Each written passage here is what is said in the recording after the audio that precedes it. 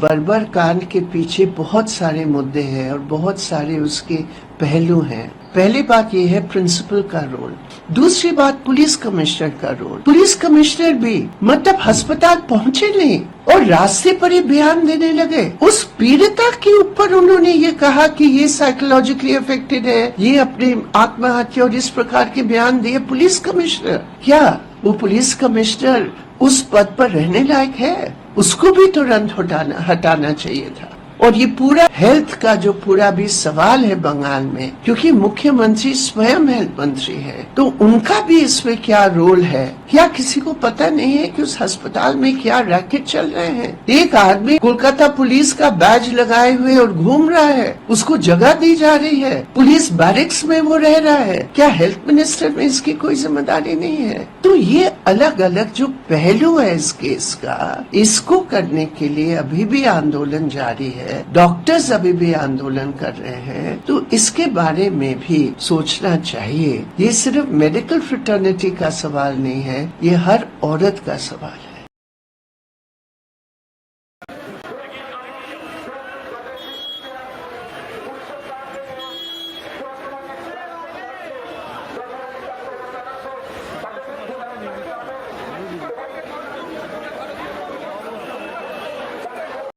ভাঙতে হবে। এই প্রশাসনের দ্বারা সেটা সম্ভব নয়। সব মানুষকে রাস্তায় নামতে হবে এবং এই সরকারকে সমূলে উৎপাটিত করতে হবে, না হলে এর থেকে কোনো পরিত্রাণ নেই।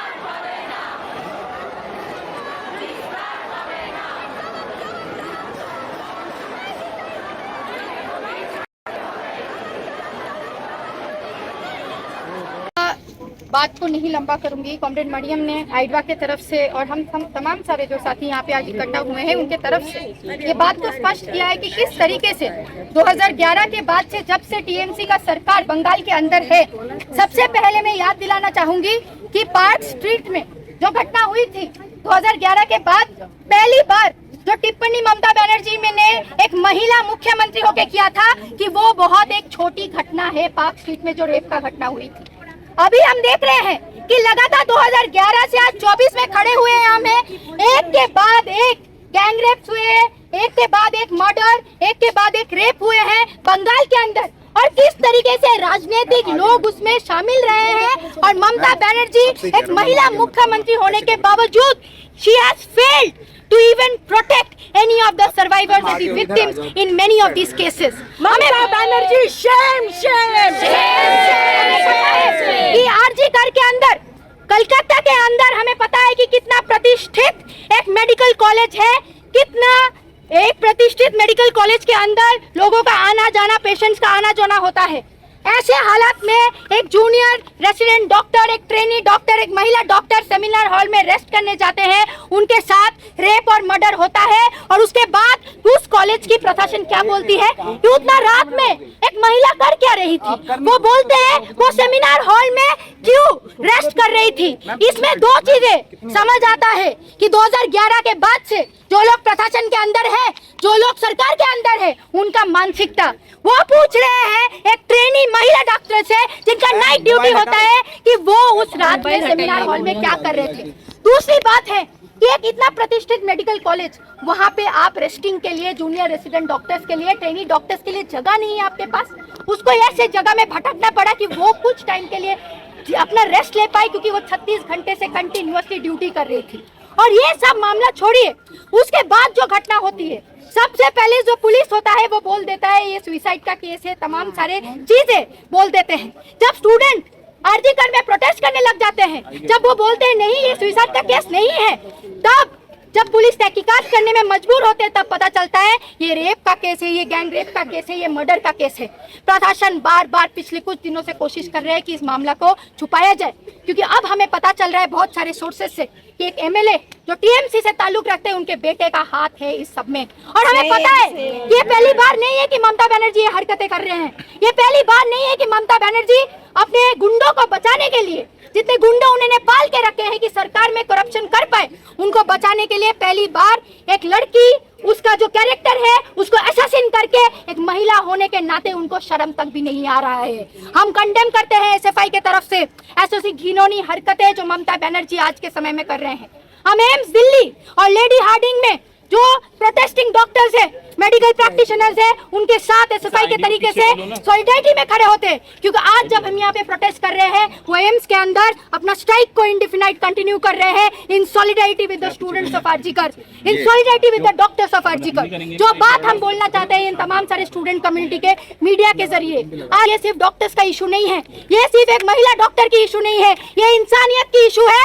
अगर एक महिला डॉक्टर आरजीकर के अंदर सुरक्षित नहीं है, कोई भी महिला बंगाल के अंदर सुरक्षित नहीं है, कोई भी इंसान बंगाल के अंदर सुरक्षित नहीं है, और इसके लिए हमें आगे बढ़ना पड़ेगा।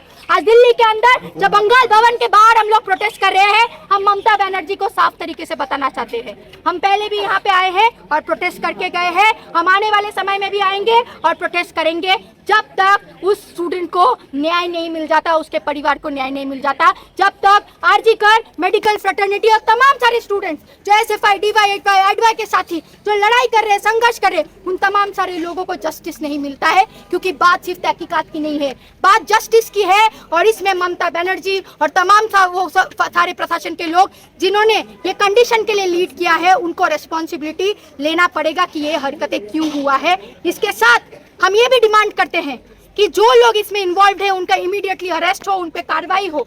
जिस तरीके से प्रशासन छुपाने की कोशिश कर रहे हैं, इससे हमारी आवाज नहीं दबने वाली है। कल जो कि 14 अगस्त है, रात में पूरे बंगाल के अंदर महिलाओं ने कॉल दिया है कि रात भर वो सॉलिडारिटी में सब कोई बाहर आएंगे और ये सुनिश्चित करेंगे कि महिलाओं के लिए पब्लिक स्पेसेस है। हम एसएफआई के तरफ से तमाम सारे महिलाएं जो आज बंगाल के अंदर प्रोटेस्ट कर रहे हैं अपनी सेफ्टी सिक्योरिटी के लिए, उनको सॉलिडारिटी देना चाहते हैं उनके कॉल के लिए, और बताना चाहते हैं कि कोई भी एजुकेशनल इंस्टीट्यूशंस हो, कोई भी पब्लिक स्पेस हो, महिलाओं के लिए उसका उस पब्लिक स्पेस में होना उतना ही अधिकार है जैसे किसी भी इंसान का है। हम उनके संघर्षशील साथियों के साथ खड़े होते हैं इस समय में, सिर्फ बंगाल के अंदर नहीं, आज दिल्ली में तमाम सारे देश के अंदर हम आवाज उठाएंगे जब तक ममता बनर्जी इसका रिस्पॉन्सिबिलिटी लेके रिजाइन नहीं करते, जब तक जस्टिस उन सर्वाइवर्स और विक्टिम्स को नहीं मिलता है, उन फैमिलीज को नहीं मिलता है। शुक्रिया। इनकलाब जिंदाबाद, एसएफआई जिंदाबाद।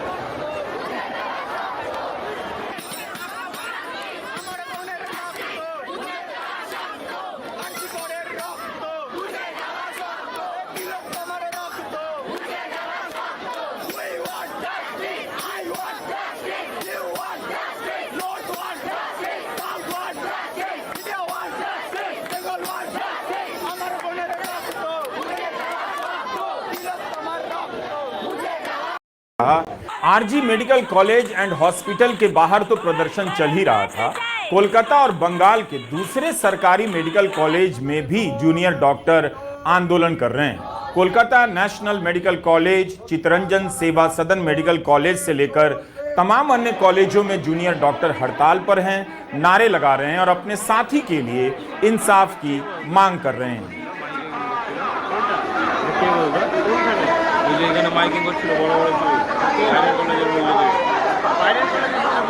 She was not on the road. She was not returning from the movie.